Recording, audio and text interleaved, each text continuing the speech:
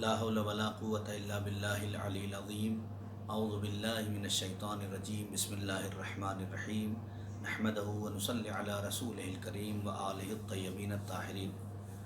محترم ناظرین کرام، السلام علیکم ورحمۃ اللہ وبرکاتہ۔ محترم ناظرین، آپ کی خدمت میں دوبارہ ہم اپنے اس سیریز کو لے کر حاضر ہوئے ہیں جس کا عنوان ہے اپنے گھر کو جنت کیسے بنائیں، قرآن میں اخلاق کا معیار کیا ہے۔ یہ ہمارا سسٹم جو آپ کی خدمت میں پیش کیا جا رہا ہے، اس کا ہدف یہ ہے کہ ہم اپنے گھر کو ایک مثالی گھر بنائیں، ہم اپنے معاشرے کو ایک مثالی معاشرہ بنائیں۔ یہ اسلام ہمارا چاہتا ہے، یہ خدا ہمارا چاہتا ہے، یہی دین ہمارا چاہتا ہے، اور یہی ہمارا آخری امام جو پردہ غیب میں ہے ہم سے یہی چاہتا ہے۔ ناظرین، سب سے پہلے آپ کی خدمت میں یہ عرض کر دوں کہ ایک اچھا گھر بنانے کے لیے، ایک مثالی گھر بنانے کے لیے ہماری ذمہ داریوں میں سے ایک ذمہ داری جو ہے وہ یہ ہے کہ ہم اپنے گھر کو علمی معیار میں بلند کریں۔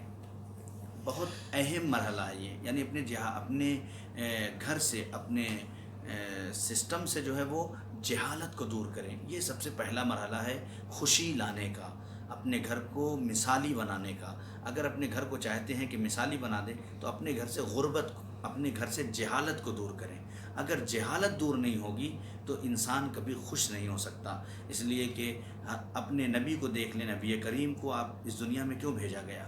اسی لیے بھیجا گیا کہ وہ جہالت کو دور کر دیں، وہ لوگوں کو پستی سے نکال کے بلندی تک پہنچا دیں۔ تو اگر ہم یہ چاہتے ہیں کہ اپنے معاشرے میں عزت دار بن جائیں تو اپنے سسٹم سے، اپنے گھر سے جہالت کو دور کرنا پڑے گا۔ جب جہالت دور ہو جائے گی، اسی لیے دیکھیں آپ، سب سے زیادہ جس دین میں علم کی طرف توجہ دی گئی ہے وہ ہے دین اسلام۔ طلب العلم فریضۃ علی کل مسلم و مسلمہ، نبی کریم فرماتے ہیں ہر مسلمان مرد اور عورت پہ علم دین کا حاصل کرنا واجب ہے۔ ما من مؤمن ذکرا و انثی حرا او مملوکا الا وللہ تعالی حق واجب ان یتعلم من القرآن۔ کوئی بھی بندہ خدا نہیں ہے اس دنیا میں، آزاد ہو، غلام ہو، بڑا ہو، چھوٹا ہو، سب پہ پروردگار عالم کا ایک حق ہے۔ کیا ہے؟ وہ علم قرآن کو حاصل کرے۔ غور کر رہے ہیں آپ؟ اطلب العلم من المہد الی اللحد، کوئی قید بھی نہیں لگا اسلام نے، عمر کی بھی قید ختم کر دی۔ علم کو حاصل کرو ماں کی آغوش سے لے کر لحد کی آغوش تک۔ تو جب تک سب سے پہلے اس چیز کو اپنے اندر احساس کی دنیا میں لے جانا پڑے گا ہمیں، کہ ہمیں جب تک کہ اپنے گھر کو علم کے معیار میں بلند نہیں کریں گے، ہمارا گھر جنت کا نمونہ نہیں بن سکتا۔ اس لیے کہ جہالت ایک عیب ہے، علم ایک نور ہے۔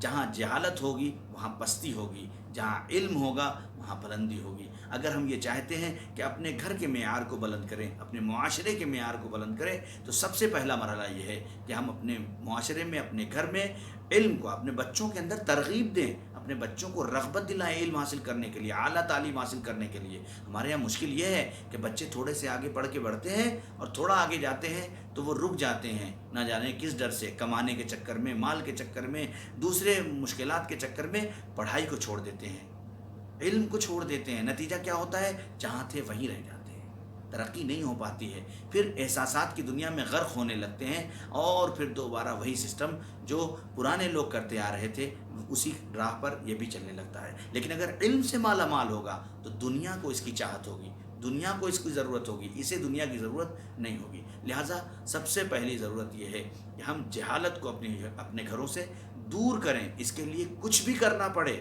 ایک روٹی کم کھائیں لیکن اپنے بچے کو پڑھائیں، ایک وقت اچھا کھانا نہ کھائیں لیکن اپنے بچے کو پڑھائیں۔ جب یہ بچہ پڑھ کے آگے بڑھے گا تو آپ کا بھی نام روشن کرے گا، آپ کے گھر کا بھی نام روشن کرے گا، آپ کا معاشرے میں بھی آپ کا نام روشن کرے گا۔ لہٰذا بس جلدی سے آپ کی خدمت میں یہ بات عرض کر دوں، اسی لیے جب مولا کائنات حضرت غالب کل غالب حضرت علی ابن ابی طالب سے سوال کیا گیا کہ مولا آپ کا سب سے بڑا دشمن کون ہے، تو مولا نے ارشاد فرمایا میرے دو بڑے دشمن ہیں، میرے دو بڑے دشمن ہیں۔ مولا کون سے آپ کے دو بڑے دشمن ہیں؟ لوگ سمجھ رہے تھے کہ مولا کسی کا نام لیں گے، کسی کا ذکر کریں گے، لیکن مولا نے کسی کا نام نہیں لیا۔ مولا آپ کے دو بڑے دشمن کون ہیں؟ مولا نے فرمایا میرا سب سے بڑا دشمن جو ہے وہ جہالت ہے، سب سے بڑا دشمن جہالت ہے۔ مولا کائنات کہہ رہے ہیں باب مدینۃ العلم کہہ رہے ہیں، باب حکمت کہہ رہے ہیں کہ میری سب سے بڑی دشمن کون ہے؟ جہالت ہے۔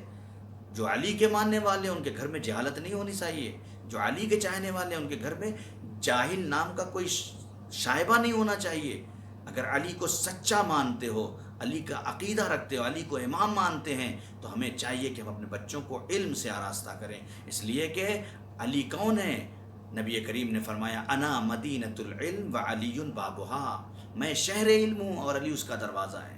لہٰذا اگر علی کے ماننے والے ہیں تو دوسری خرافات کو چھوڑیں، علم کی دنیا میں آگے بڑھیں، اس لیے کہ علی وہی ہیں جو ممبر پہ بیٹھ کے کہتے ہیں سلونی سلونی، پوچھو پوچھو جو پوچھنا ہے ہم سے۔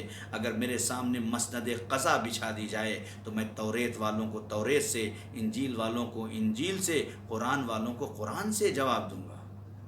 یہ ہے مولا کائنات، یہ ہے امیر المومنین۔ صرف ان کا کلمہ پڑھنے سے کام نہیں چلے گا، صرف نعرہ حیدری لگانے سے کام نہیں چلے گا، صرف یا علی کہنے سے کام نہیں چلے گا۔ اگر واقعاً علی سے محبت ہے تو اپنے بچوں کو علم کے میدان میں آگے بڑھائیے، اپنے بچوں کو علم کی اور تعلیم کی طرف رغبت دلائیے۔ اگر گھر سے جہالت دور ہو جائے گی تو سچا ایمان میں گھر میں نظر آئے گا، سچا دین بھی گھر میں نظر آ جائے گا، سچا اخلاق بھی گھر میں کے اندر نظر آ جائے گا۔ اگر بچے علم سے آراستہ نہیں ہوں گے اور زیور اخلاق ان کے اندر نہیں پایا جائے گا، ڈاکٹر ہوگا لیکن انسانیت نظر نہیں آئے گی، انجینئر بن جائے گا لیکن انسانیت نظر نہیں آئے گی، کسی بھی بڑے عہدے پہ چلا جائے گا لیکن انسانیت نظر نہیں آئے گی۔ اگر انسانیت چاہتے ہیں تو علم بھی دیں اور زیور اخلاق سے آراستہ بھی کریں۔ جب علم و اخلاق مل جاتا ہے تو کوئی سلمان بن جاتا ہے، کوئی ابوذر بن جاتا ہے، کوئی عمار بن جاتا ہے، کوئی کنیز فضہ بن جاتی ہے۔ یہ کیسے بنتا ہے؟ یہ اسی علم کا نتیجہ ہے،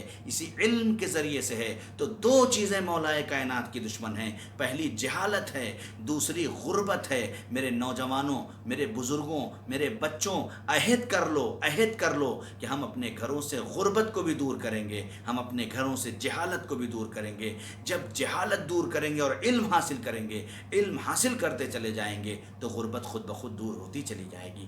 ہمارا دین ہمیں اچھا دیکھنا چاہتا ہے، ہمارا دین ہمیں ایک نوجوان کو ایسا دیکھنا چاہتا ہے کہ دوسرے نوجوان دیکھ کے اس پر رشک کریں۔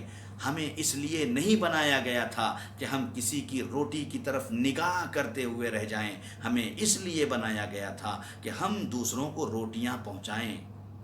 ہمیں اس لیے نہیں بنایا گیا تھا کہ ہم کسی کے دروازے کی طرف دیکھتے رہ جائیں، ہمیں اس لیے بنایا گیا تھا کہ ہمارے دروازے کی طرف لوگوں کی نگاہ ہو۔ یہی وجہ ہے کہ بھوکے رہ کے فاقے پہ فاقہ کرتے تھے اہل بیت علیہم السلام، لیکن سب سے زیادہ جو ان کے دروازے پہ نظر آئے فقیر، وہ کہیں اور دروازے پہ نہیں، وہ اہل بیت کے دروازے پہ نظر آئے۔ جب بھی حاجتوں کا ہجوم ہوتا تھا تو در اہل بیت نظر آتا تھا، جب فقراء کا ہجوم ہوتا تھا تو در اہل بیت نظر آتا تھا۔ اگر واقعاً حقیقی چاہنے والے ہیں اہل بیت کے تو ہم اپنے گھر کو بدلیں، اپنے معاشرے کو بدلیں، تاکہ جب گھر بدلے گا تو معاشرہ بدل جائے گا، جب معاشرہ بدل جائے گا تو یہ جنت نظیر بن جائے گا۔